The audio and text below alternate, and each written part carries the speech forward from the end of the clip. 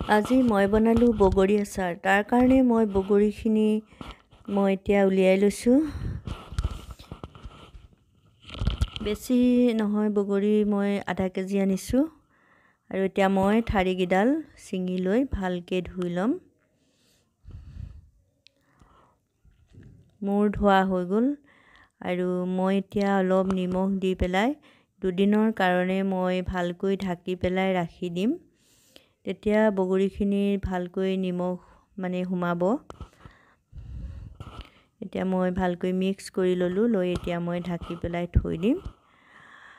দুদিন সম্পূৰ্ণ হৈ গ'ল। আজি মই বগৰীখিনি উলিয়াই লৈছোঁ।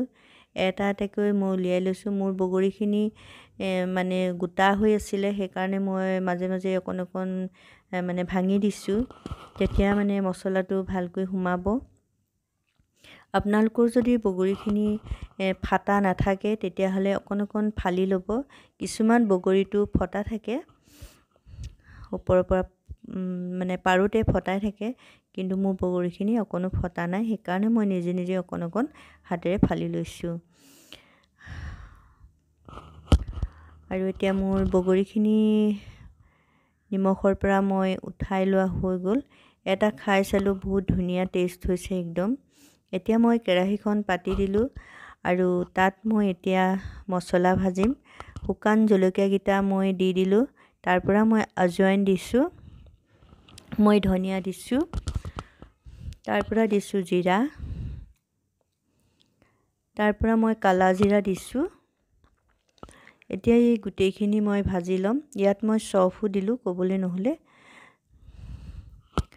এতিয়া মই গোটেইখিনি ভাজি লৈছোঁ। চফ দিলে সঁচাকৈ আচাৰখিনি বহুত ভাল হয়, বহুত এটা ধুনীয়া টেষ্ট আহে। আৰু এনেকৈ মছলাখিনি ভাজি পেলাই দিলেতো আৰু টেষ্ট আহে। মই সৰিয়হ দিয়া নাই। মই সৰিয়হখিনি ভিনেগাৰত তিয়াই থৈছোঁ। কালি ৰাতিয়ে মই তিয়াই থলোঁ। ভিনেগাৰত সৰিয়হখিনি তিয়াই থ'লে আচাৰটো আপুনি ৰ'দত কমকৈ দিলেও হয় আৰু আপুনি লগে লগেও খাব পৰা হৈ যায়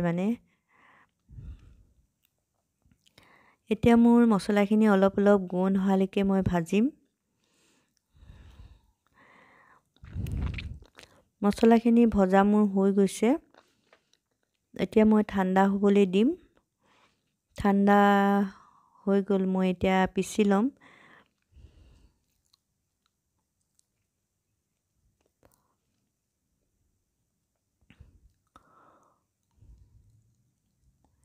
মোৰ মছলাখিনি পিছা হৈ গ'ল। আপোনালোকে চাওক, মই একেবাৰে মিহি কৰি পেলোৱা নাই। ইয়াত গোটা গোটা আছে। জলকীয়াও গোটা গোটাকৈ অকণমান থাকিলে মই সেইখিনি থাকিবলৈ দিম। এতিয়া মই সৰিয়হখিনি পিচি ল'ম। এই ভিনেগাৰত তিয়াই থৈছিলোঁ, ইয়াত পানী মই অকণো দিয়া নাই। এতিয়া মই এইখিনি পিচি লওঁ।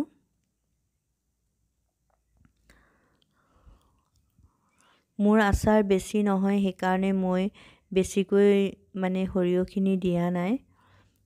এতিয়া মই কেৰাহীখন গৰম কৰি ল'ম। গেছটো জ্বলাই দিলোঁ।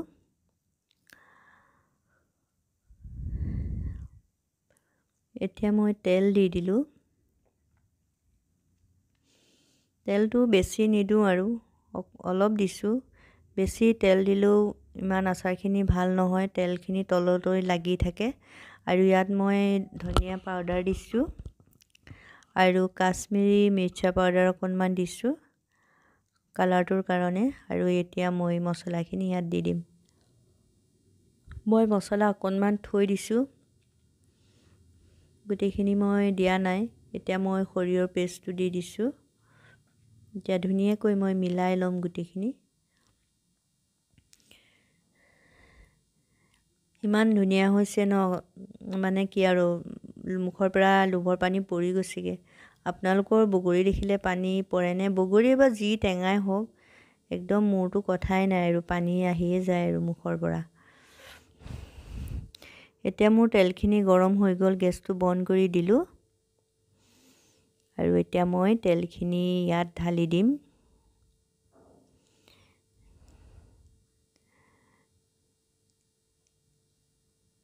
কি কৰি বুজি পোৱা নাই, মই গোটেইখিনিয়ে ঢালি দিওঁ আৰু একেচাটতে বুলি আৰু ঢালিয়ে দিছোঁ আৰু।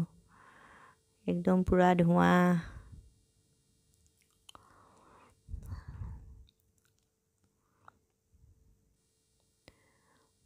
এতিয়া মই ধুনীয়াকৈ মিক্স কৰি লওঁ। আপোনালোকে সম্পূৰ্ণকৈ দেখা নাই চাগৈ ন? এতিয়া দেখাই দিছোঁ মই সম্পূৰ্ণকৈ। চাওকচোন ইমানেই ধুনীয়া হৈছে আচাৰখিনি। আপোনালোকে মছলাখিনি এনেকৈ ভাজি পেলাই দিব দেই, সঁচা বহুত ভাল লাগে খাই পেলাই, বহুত ভাল লাগে। মইতো 3-4টা খায়েই দিলোঁ আৰু। এতিয়া মই বটলত ভৰাম। মোৰ বটলটো ধোৱা নাই। মোৰ ইয়াত জলফাই আচাৰ আছিলে অলপমান, সেইখিনি মই বেলেগ এটাত মই ৰাখি দিলোঁ আৰু এতিয়া এইটোতে ভৰাই থ'ম। আপোনালোকে পানী কেতিয়াও ব্যৱহাৰ নকৰিব আচাৰত। চামুচখন আচাৰ উলিয়াব হ'লে ভালকৈ শুকান কৰি ল'ব, নহ'লে আচাৰখিনি বেয়া হৈ যাব। মোৰ এইখিনি আচাৰে মোৰ বহুত দিন যাব। আপোনালোকে মোৰ ভিডিঅ'টো চাবলৈ বেয়া নাপাব দেই আপোনালোকে, আৰু ভিডিঅ'টো ক্লিক কৰিয়ে আপোনালোকে বন্ধ কৰি নিদিব প্লিজ। আপোনালোকে ভিডিঅ'টো চাব। ধন্যবাদ থাকিল আপোনালোকলৈ।